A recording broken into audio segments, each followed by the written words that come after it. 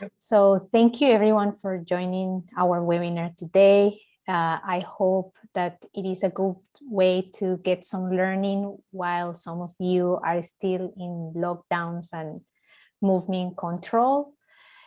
Our topic for today is actually one of the most interesting and relevant topics in transfer pricing. We will be talking about the approach to testing or setting service transactions in Malaysia. Before we go into the detail of our topic for today, let me just do a brief introduction about our firm. For those who have not heard about us before, I see a few familiar names and other new names, which is great. So our firm, as the name says, it specializes in advising multinational companies in the area of transfer pricing, providing practical, proactive, and cost-effective advice and solutions to global multinational groups. We are very passionate about what we do. We really love solving complex transfer pricing problems too for our clients. We have 3 offices, our head office that is located in Australia, and our Asia expansions with offices in Singapore to cater the Southeast Asia market, and our Malaysian office that caters to the Malaysian subsidiaries and ultimate head offices. We are also very proud of basically contribute to several journals in the region, such as the Institute of Chartered Accountancy Journal, and to have been recognized as Tier 2 transfer pricing firm, and also obtain several recognitions, such as Asia Newcomer Firm of the Year, and Asia Transfer Pricing Leader of the Year, and Australian Transfer Pricing of the Year. With that, let me allow my co-presenter for today to introduce himself. Some of you may be already familiar with Hon Chuan. Yeah, and this is the first time I actually introduced myself. Hi everyone, thank you for joining us. And well, I hope that everyone back in Malaysia is staying safe with the current horrid COVID situation that's going on right now. I'm Hong Chuan, one of the directors in TPS Malaysia. I have more than 10 years of experience in transfer pricing, almost all my working life. I've worked with small companies to huge MNEs globally. More importantly, the Asia Pacific, where there are more developing countries on their transfer pricing issues, which range from your typical TP compliance, including the recent CBC reporting, to complex TP advice, TP audits and disputes.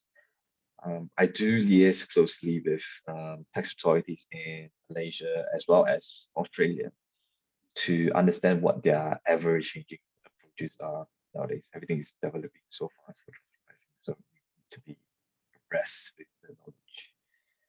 All right, that's me. Thanks, Adriana. No problem. And my name is Adriana Calderon. I'm the co-founder of Transfer Pricing Solutions Asia and Malaysia, with more than 15 years of experience advising multinational groups in international tax and transfer pricing in 4 different countries across a broad range of jurisdictions and type of transactions. I also enjoy teaching, and I have some leadership roles in the Institute of Chartered Accountancy of Singapore, Singapore Institute of Accredited Tax Professionals, and Singapore Institute of Technology. And with that, let's deep dive into our topic for today. Just a reminder that if you want to ask questions, we have the Q&A option in Zoom. Feel free to post your questions and we will address them at the end of the webinar. So we will start today with providing a brief overview of what intra-group services are, why do multinational groups enter into intra-group services, and we will give some input on what is the Malaysian approach to transfer pricing for intra-group services based on the Malaysian transfer pricing guidance. So with that, maybe I pass to Honchan Tan to give us a bit of an overview of what is really intragroup services and why do multinationals are so eager to enter into these type of transactions. Thanks, Adriana. Let's talk about services. One of the common transactions that we have for transfer pricing. I'm sure you guys are aware of the services that are provided between your related parties. It can range from administrative, technical, financial, the list there, marketing, R&D, and of course the more popular one, management services, where you lump everything together and call it management services, which may or may not be necessary to be the right way to do it. The reason being is that the nature of the services that you lump together may differ, as they are both value adding and non-value adding services inside, which harbor different markups, which we'll discuss later. Now why do or should companies have intragroup services, right? One of the main reasons to incentivize a group to have intragroup services would be to centralize the service for the group so that it's both cost effective and efficient for the group, right? So you have one entity providing centralized services to the group so that the other entities, the other members of the group do not need to have highly skilled or skilled employee in place to provide the same service, right? So it makes sense to charge the respective entities based on the benefit received from the services. Now, when we look at the charges for intragroup services, I mean, I hope those that follow us throughout would know that it's all about arm's length principle and making sure that the same applies to intragroup services as well. So which leads us to the next slide on the key aspects to setting up a common service transaction, right?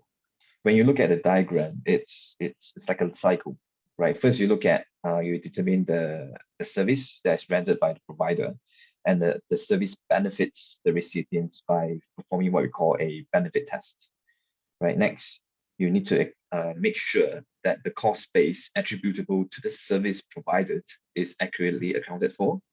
And then you determine the arm's length markup by way of various benchmarking studies.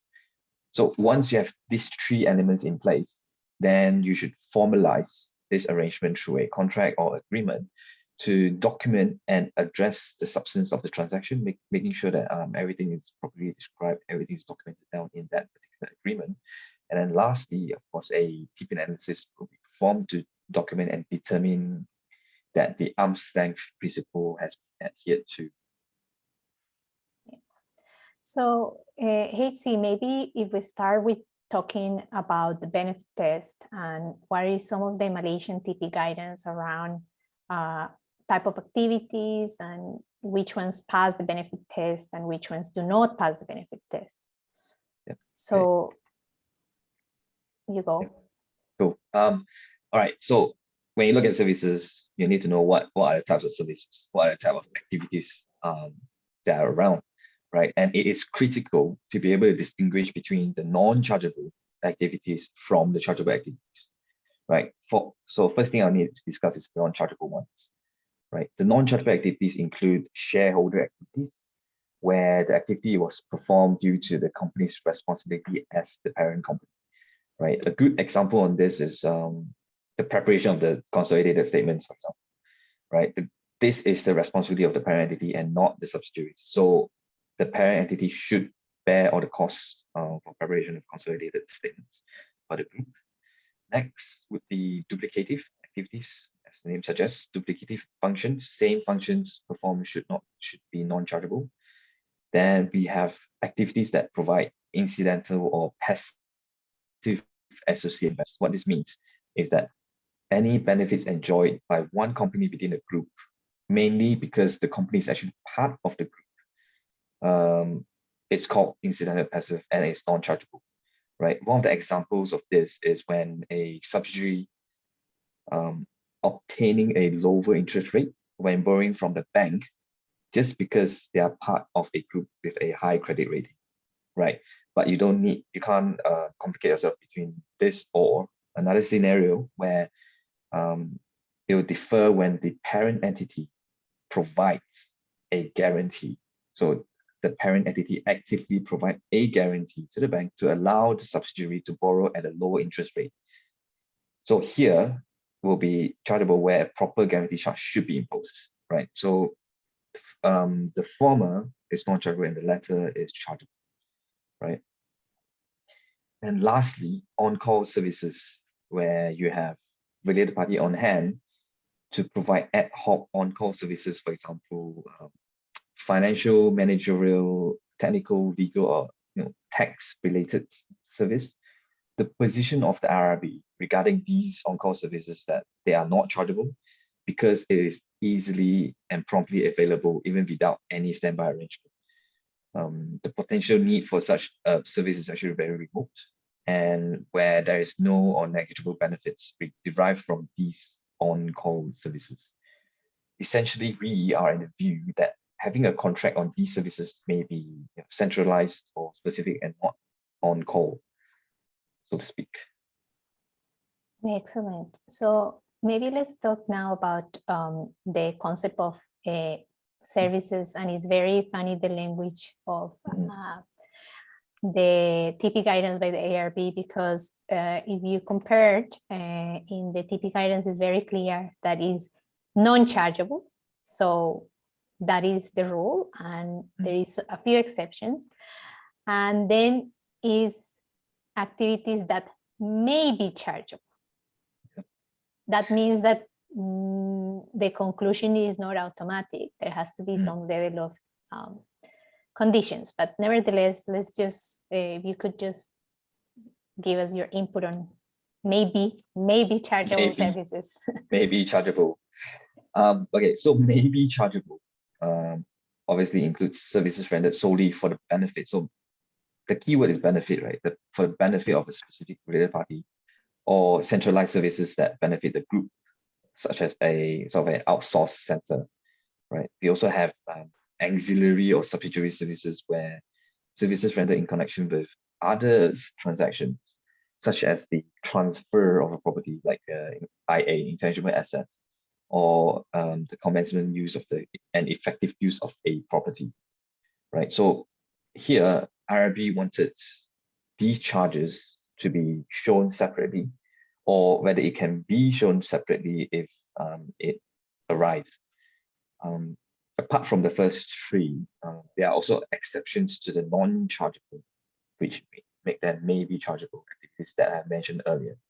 Right, the first one is duplicative, right? Understand duplicative, but sometimes temporary duplication, such as maintaining use of your ERP systems during the early stages of implementation of a new system, that temporary duplications can be chargeable. Also, sometimes if, for example, a reduction of risks of a wrong business decision, for example, like obtaining a second legal opinion on an engagement, right? That can also be chargeable.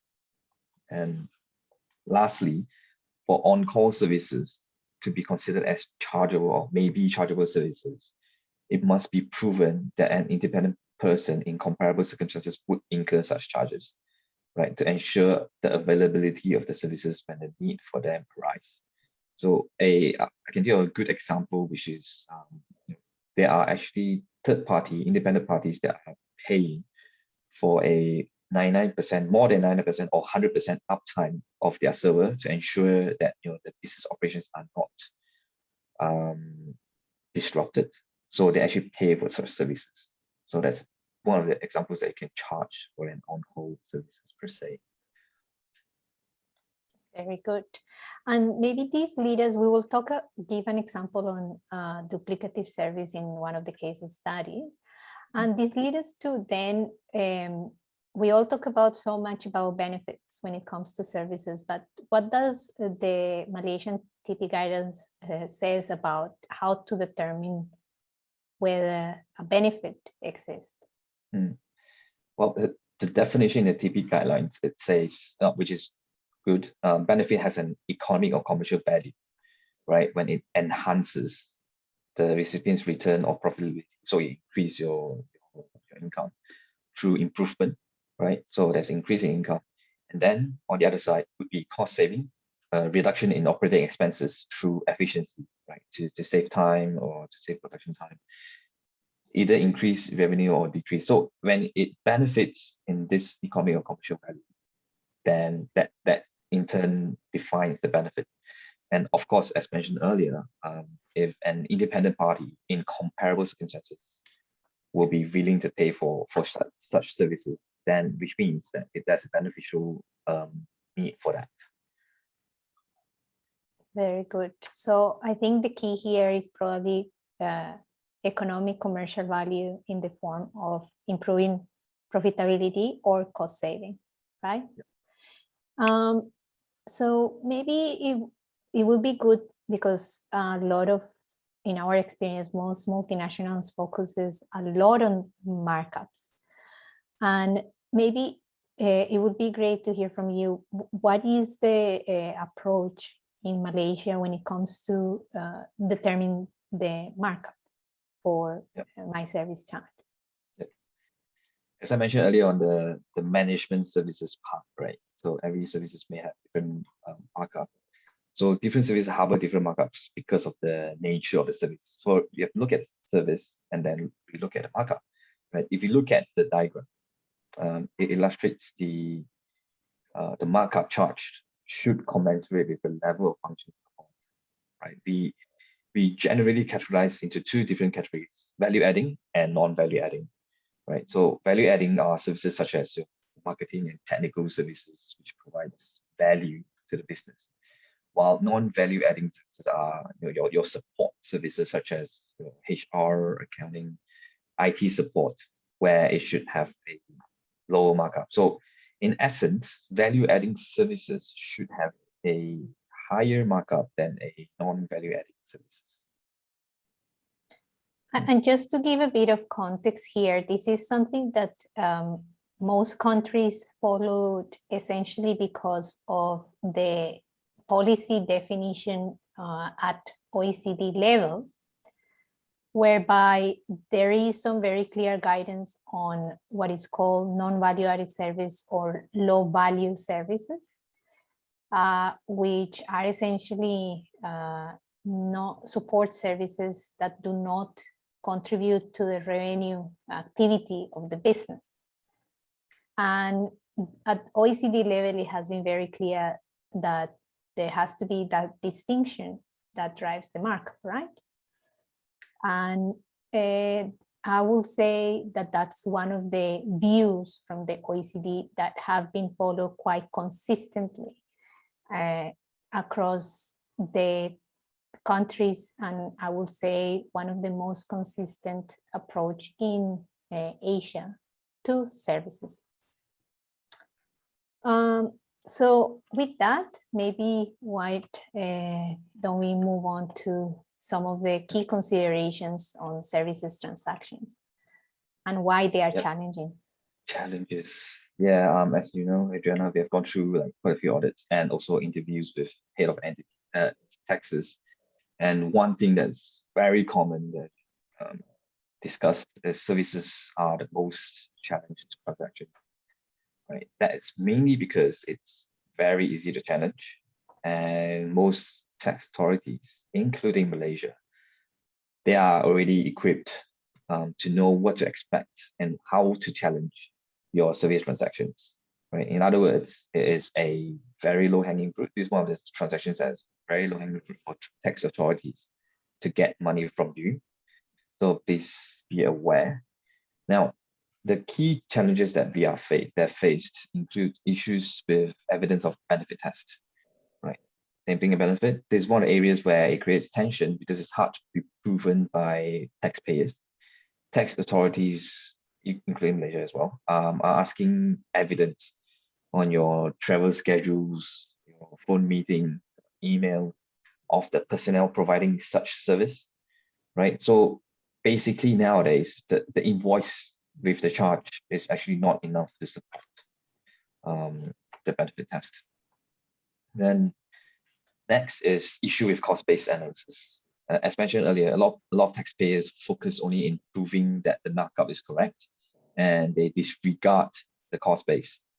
They forgot to review the cost base to make sure that the costs not associated with the service are excluded. So that's a big thing, because if you look at markup, even though your markup is right, if your cost base is wrong, then you still have a lot of implications behind. And next, we have issues with inappropriate implementation of markups. Okay, yeah. After the cost base with the markup, very commonly there are misuse of the 5% markup, which is a safe harbor for routine services in various jurisdictions.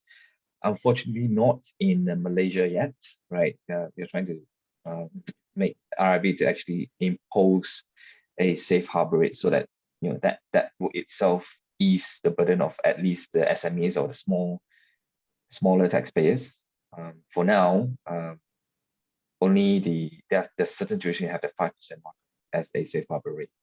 So this markup is actually used for all types of services and not without any reasoning behind it. So you have 5% on value-added services as well, which may have higher than 5% markup in that instance. Then we have discrepancies between general ledger and invoices, which needs to be looked at, especially the description on the invoices, where you need to make sure that what you describe in the invoices are consistent on your service provided, and make sure that it's performed before the RB comes in. Lastly, loss makers, where why services loss making. Right? So with proper substantiation, then it's required to actually justify the loss making position, not just leave it as it is. Well, now that I've gone through the nitty-gritty and theoretical part of the service transactions, Adriana, it would be great if you could share with us some of the practical approach, with the first one showcasing the centralized services. Yeah, no problem. So we thought we put together kind of 3 case studies that can showcase some of the most common situations and issues that some of, in our experience, multinational group faces.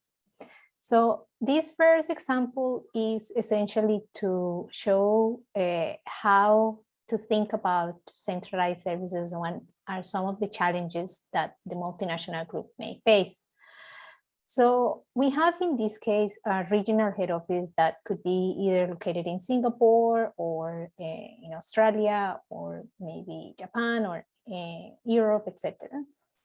Okay, probably not Europe, somewhere in Asia. We have company C located in Malaysia and company D located in Indonesia. And this regional head office is very likely to have basically a team that looks after the subsidiaries and potentially can employ a regional financial manager, or a CFO, or a regional marketing or a CMO, meaning Chief Marketing Officer, or a COO. And those roles can be responsible for the performance not only of the regional HQ, but also for the whole region. So the first issue that always comes in as a challenge is to explain the business benefit to the subsidiaries and the subsidiaries tax authorities as to why the support from the regional HQ is critical for the success of the business. And a lot of the times, this needs to be addressed in a couple of ways. One will be to prepare and educate the subsidiaries as to why they need those teams in regional HQ for the success of the business. And also having a very clear explanation in the contract on the activities that the regional teams are going to perform, why they are necessary, why there are not similar roles in subsidiary level, and why without that regional team, the subsidiaries will not have been successful in the business venture or conducting business in the respective countries. I think another common way of explaining the benefits to the tax authority will be by explaining a specific deliverables, a specific tasks that are being performed, and also to some extent that the initiative or the need of that service is requested from subsidiary level. So that is not necessarily imposed by regional, but is more requested from the subsidiary and linked to the need of business success in the country of the subsidiary. Some countries actually will even go to the extent of placing purchase orders from the subsidiary to the regional for requesting the particular service, essentially to make sure that we don't have a situation of on-call service, which is just having some teams at regional head office level that are willing to provide services on call. What we want to do is to make sure that those services that regional HQ do not fall within the scope of on-call. So we don't have an argument with the tax authority in Malaysia that the services are non-chargeable.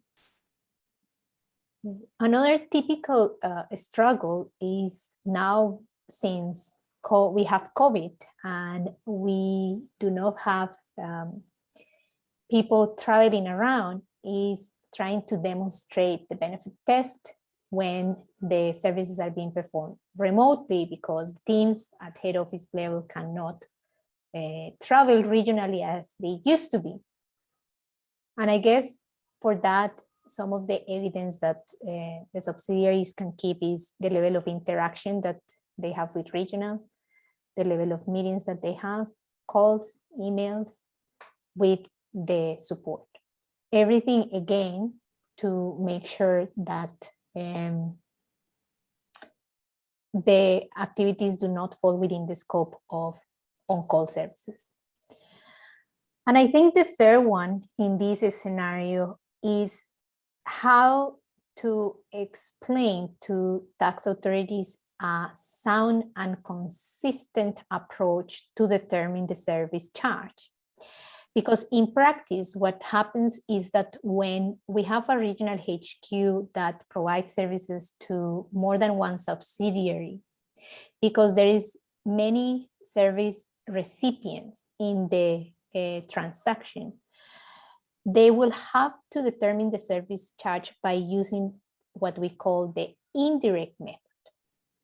The indirect method is essentially, and for that I might go to the following slide, is essentially having to pull all the costs associated with the providing the service and split that cost among the recipients of the services. So in theory, a lot of the times tax authorities will publish in the e-tax guide, and I think in Malaysia there is not an exception, that their preference is the direct method. But the reality of it is that in this type of scenarios, the direct method is not a possibility, because the regional teams, a lot of the times in multinational groups, do not report their time spent by projects or by entity. So it's not easy to identify the specific cost incurred, and therefore it's not easy to do a direct method allocation or using something like timesheet allocation in the case of indirect. So as a result of that, in this case where we have multiple recipients, you end up in practice almost 90% of the times with the indirect method approach, where the cost is pulled at regional head office level and then is split. And for that split, essentially the multinational group needs to decide on the allocation key that in theory needs to be commensurate with the benefit, needs to be reasonable, founded in sounded accounting principles, and I think the key, consistency in the approach. Some of the common type of allocations include revenue, which I think is one of the most common allocation keys, essentially because it is easy to identify the revenue of the subsidiaries in the ERP systems. We also have headcounts, which can be used for human resources services or number of PCs for IT services. In theory, I think for administration services, one could argue that time spent or incurred is more appropriate. But I think some of the limitations that we have seen is basically the fact that most multinational groups do not track the time of the support team. And unless you are a firm like us, then it becomes quite difficult. And okay, so in Malaysia's context, to add on to that, when you look at allocation keys, especially for revenue, sometimes that was for RB's purposes, based on experience in RB, they will, like for example, administrative, they will try to look at, as you said, other allocation keys first, because actually allocation key based on revenue are generally not preferred by RB in like your hierarchy purposes. It won't be first stage. It will be after we have gone through and siphon through all the possible allocation keys, and that revenue will be the best approach. Then of course we'll be properly documented it into the TP report, right? And for the indirect method in Malaysia's context, same thing can be said to the Malaysia's business operations, where we are the land of cheap labor.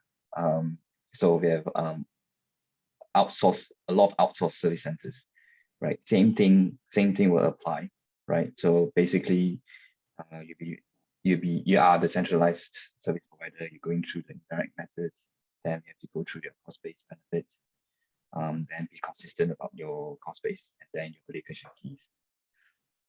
Yeah, fair enough. Right. Thanks, Adriana, for showing us the practical approach on using the indirect methods and the appropriate allocation keys in the centralized scenario. Next, let's look at the approach for cost plus limited risks. Yeah. So another common scenario, and in the context of Malaysia as well, is the situation where we have an entity based in Malaysia being a limited risk services entity, or also known as a cost plus entity or a net cost plus entity. I like more the word net cost plus.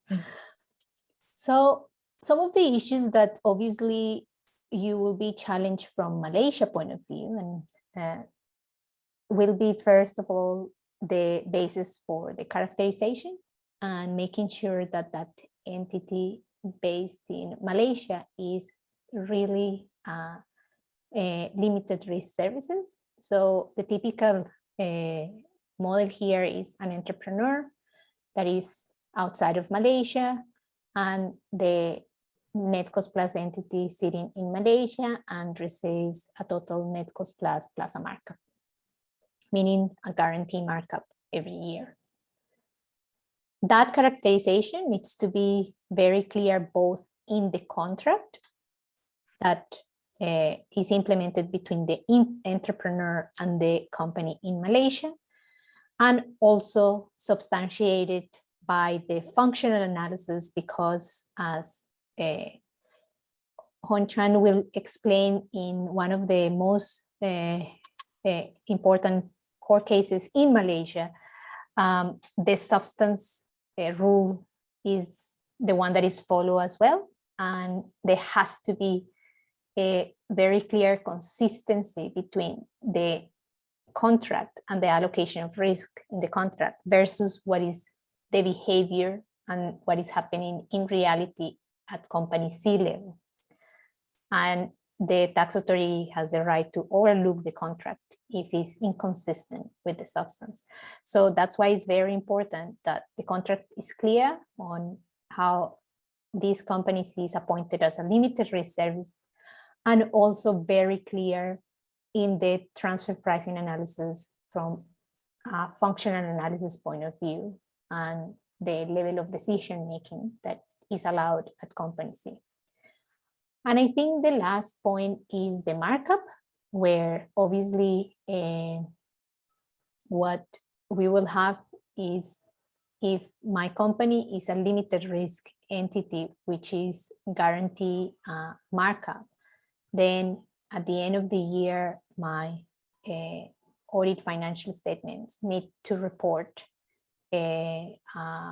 profitability that, when calculating whatever it is my net cost plus, that markup needs to be supported by a proper benchmarking analysis, because as HC said earlier, we do not have safe harbor markups in Malaysia.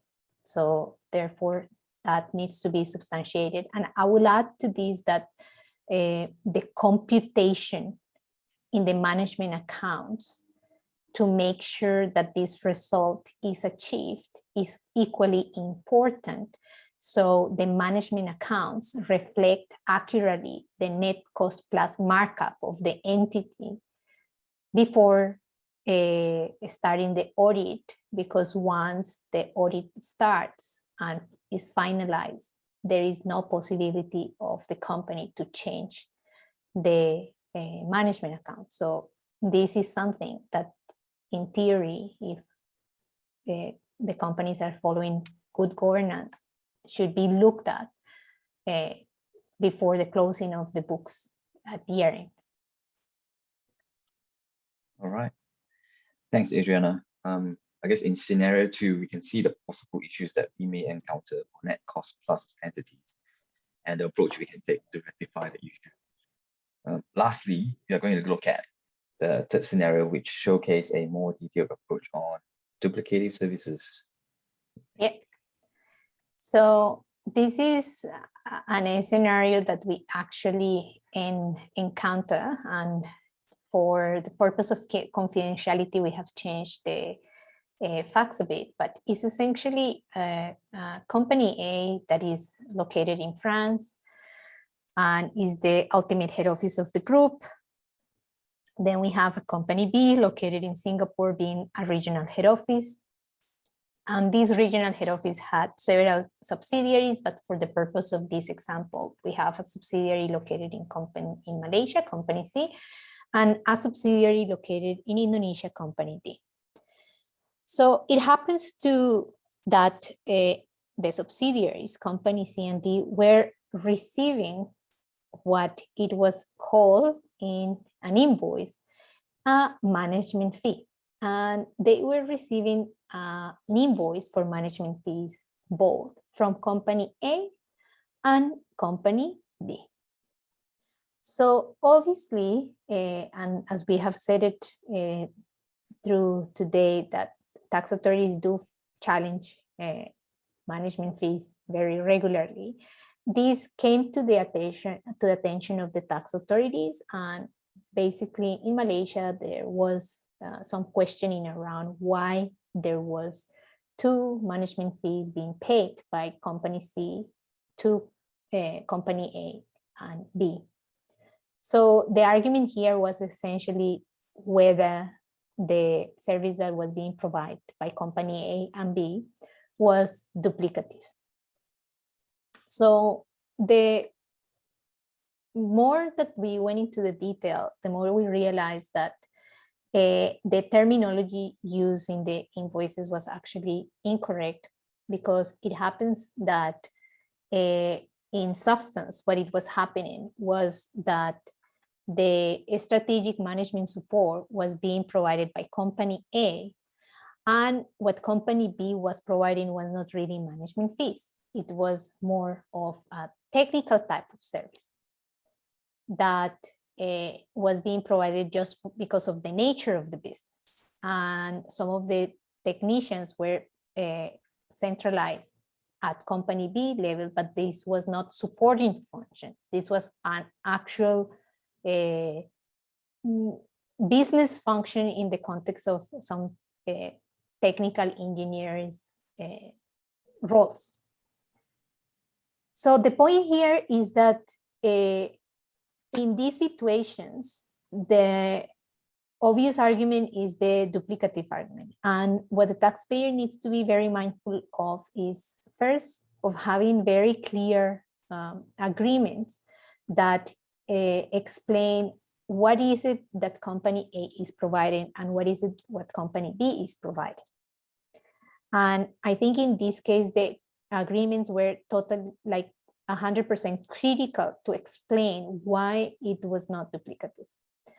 And the second thing is just to be a bit mindful on the terminologies of invoices, etc., or being able to explain very clearly that maybe what we all call deliverably management fee is not really a management fee, is either technical services or strategic services. So this is a type of scenarios that sometimes subsidiaries where there is a head office and a regional head office can face. And that's why they have to be quite careful on how they explain the difference in the services or the different layers of services to make sure that they can explain to the tax authority how they are not duplicative. So I don't know if you have any other points here. Nope, I think you have explained it clearly on the duplicative services. Yeah. Actually, maybe. With that, maybe I pass it on to you on this case law study, which is quite interesting in the sense that it actually shows and showcase the importance of substance. So with that, I pass it on to you. Thanks, Adriana. Well, it's always good to have case laws, TP case laws in Malaysia. This is a very recent case that was held back in November 2019. A bit of a background on this arrangement by Shell Malaysia. The principal activity of the Shell Malaysia was to provide shared services to related parties within the Shell group. Right. So basically here, we have no facts, just basing on what they have documented, because first you need to prepare, of course, a proper function analysis to determine whether they actually provide that shared services or not to the related parties. And at that point in time, there was a cost contribution arrangement for the sharing of services and resources within the Shell group. And the shared services provided by Shell Malaysia is actually part of this arrangement, right? Nevertheless, RRB conducted a TP audit and then they recharacterized, which is a mindful thing, recharacterizing a transaction from a service from a CCA to a service arrangement. So from cost contribution arrangement to a intra-group service arrangement. So which results in an additional tax payable of 15.6 million over a few years. Now, let's look at why this has ballooned to a huge tax payable. First, of course, let me explain what a CCA is. A CCA is a contractual arrangement among members of the group to share common costs and risks, generally to develop, produce, or obtain assets, services, or rights. Right. Examples are joint research projects to produce a product, so like a product development project, or a joint development of IP to get intellectual property rights. Right now, the costs incurred in this arrangement are actually being shared amongst all the participants of this arrangement without a requirement to impose an arm's length profit markup. Right, that's a big thing there, arm's length profit. Right. While an intra-group service arrangement that we mentioned earlier comprise both the cost base and an arm's length markup. Right. So here, when you see it, the key difference here is markup, which is very significant. And if they want to actually prepare CCA, that CCA needs to be prepared properly, which leads to the next slide that I'm going to talk about on the takeaway on this case law. Right. Firstly, as mentioned on and on again, the function analysis is very critical to ensure the characterization of each entities within the group are accurate. So first, you have to perform a robust function analysis. Then if you look at this case, the IRB has shown its power to use the TP rules and regulations to actually recharacterize. We seldom see tax authorities actually recharacterizing a transaction. So here, the IRB actually recharacterized the CCA to a intra-group service arrangement. Right, that's a huge thing, because once you have recharacterized that, which means that markup element is put in place, and that's like your total tax payable. It's not like you adjust the markup. It's actually from 0% of markup to above 5% markup, depending on what they impose. So for CCA purposes, to accurately set up a CCA, you need to have a plan and document the actual objective and purpose of the formation of the CCA. What's the purpose of the CCA? And the roles and responsibilities of each participant, and then conduct a value and cost analysis, which leads to a proper allocation of shared cost based on analysis. And then these elements then will need to be documented and substantiated, and making sure that the CCA agreement is actually airtight to not allow any TP exposure, because the purpose is for you to have a CCA, not for it to become an intra-group service, right? Very good. We have someone that has raised their hand. I will allow you to talk if you want to speak. I just allow you to talk. Was it a mistake? There is someone who just raised hand. The person who raised hand, I'm now allowing you to talk. Use the Zoom feature. You can. Well, she's muted. I'm not sure if you can unmute her. Actually, I just allow them to talk, and then they have to unmute themselves. Okay, maybe it was a mistake. All right. You can raise your hands later. Yeah, no problem. So with that, HC, do you want to give us your top tips?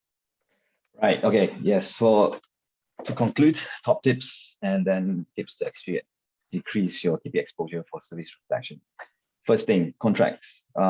It is always good to actually formalize your service transactions into contracts, right? Agreements with detailed descriptions of your activities, actual nature of the activities, and then of course the formulation, the cost base, markup, allocation keys. These need to be properly documented inside the agreement, making sure that if IRB were to come in, you can show them that document or agreement, and in substance, it's as what has been described in the contract. And of course, making sure that the description in your invoices are accurate and consistent. IRB taking through your invoices and asking you questions as to why the inconsistency in the first place. Yep. Next slide. Key tips to minimize TP risks. First, as we said earlier, we need to focus on the benefit test, cost base, and allocation keys. Right? IRB would know that you might have done your due diligence on your benchmarking, making sure your markup is absolutely correct, but they know that you may not have looked at your benefit cost allocation, because if you don't look at benefit, then they would relook at your transaction. If you have not looked at your cost base, they will drill down into your trial balance, look at what is included in that cost, right? Nitpicking every cost base and every cost and the thing that should be excluded, right? Once you actually exclude a lot more costs and cows, then the result will be very different. And of course, your allocation key and making sure that it's the most appropriate one. Right. Next, you need to make sure that your service entities are in substance a service provider, not just in your contract. So your contract is very nicely done, you have all this description in place, but when the IRB comes in and they perform, which leads to my the fourth as well, function analysis, very critical, where RIP comes in, they interview your personnel, and it's actually not as what you have mentioned in your contract or your TP report. Then you have a problem, because then they will then have to relook at your services and then to decide to see what deemed fit as that services and the relevant markup for that services that they come up with. All right. Very good. So with that, there is a few questions. Just before we close off, let me just open up here. So there are a couple of questions. So let me just answer live. Can you provide some examples of low value services? I think, as we mentioned earlier, low value services are services such as HR, IT support, not actual IT support, accounting services. So low value meaning services that do not actually contribute to the revenue generation of the business operations. Yeah, that's correct. So essentially support roles. One indicator is if the role is a cost center rather than a revenue generator. That is a good indicator that your role is probably support and not business. And obviously you have to understand it in the context of the business operations, because maybe IT for a techie company is not support, it's actually revenue generated. So I think that's the key as well. And we have a second question, which is it possible for subsidiary A to recharge cost to subsidiary B at cost plus markup, but the same cost is taken up by the holding company and not the subsidiary A? What is your comment for such an arrangement? You want to go, or I can go? You can take it. So it is basically, essentially we go back to our case. First example is that the subsidiary located in Malaysia or anywhere else recharge cost that is not its own cost. It is a cost that was charged by the holding company. So the holding company incurred in 100, it recharged to subsidiary A the 100, but the 100 does not only benefit subsidiary A, it also benefits subsidiary A and B. And in theory, subsidiary A is only operating as a consolidation invoice entity. So in that case, I think that the subsidiary A needs to separate very clearly what is its own cost, it is also charging its own cost, versus the holding company cost, because strictly speaking, subsidiary A should not be adding a markup on the cost that is just being recharged by the holding company. So that cost most likely already comes with a markup from the holding company. And if subsidiary A adds another markup on top of the markup, it's kind of doubling markup and on top of everything else on a cost that it doesn't belong to subsidiary A. So in my view here, it is not correct to do that. Subsidiary A should only add a markup on its own cost, because that will be related to the own services that subsidiary A is providing to subsidiary B. I don't know if you have. Yeah. As we mentioned earlier, function analysis. What is performed by each? What's the holding company doing in this scenario? And of course, I'm not sure whether you're talking services, but I would assume it's service. Then we look at what service has been performed by the holding company, what services is performed by the subsidiary A. Of course, then I need to look at subsidiary B, whether it actually benefited from this, not just being charged at cost plus markup and so on. So basically, first, I think for this arrangement, it's not going to work. unless there's a specific rule in saying that holding company is bearing certain costs for certain reasons. As I mentioned earlier, we all need to have commercial factors, commercial reasons why we're doing this kind of arrangement. If you are able to actually explain that such arrangement can be performed, then that's fine. So at the end of the day, we have to make sure that function analysis is done, benefit tests, making sure that all the relevant entities has certain risks as that and functions performed to be remunerated somehow. Yeah, good point. I actually also assume that in this context, they are referring to services, because if these costs relate to something else, then it's a bit of a different transaction. But I assume because the webinar for today is services, we're talking about services. But for the person who asked the question, if you're not talking about services or if you need clarification, let us know. That's pretty much all the questions we have. If anyone has any other, feel free to post it. You have literally 1 minute.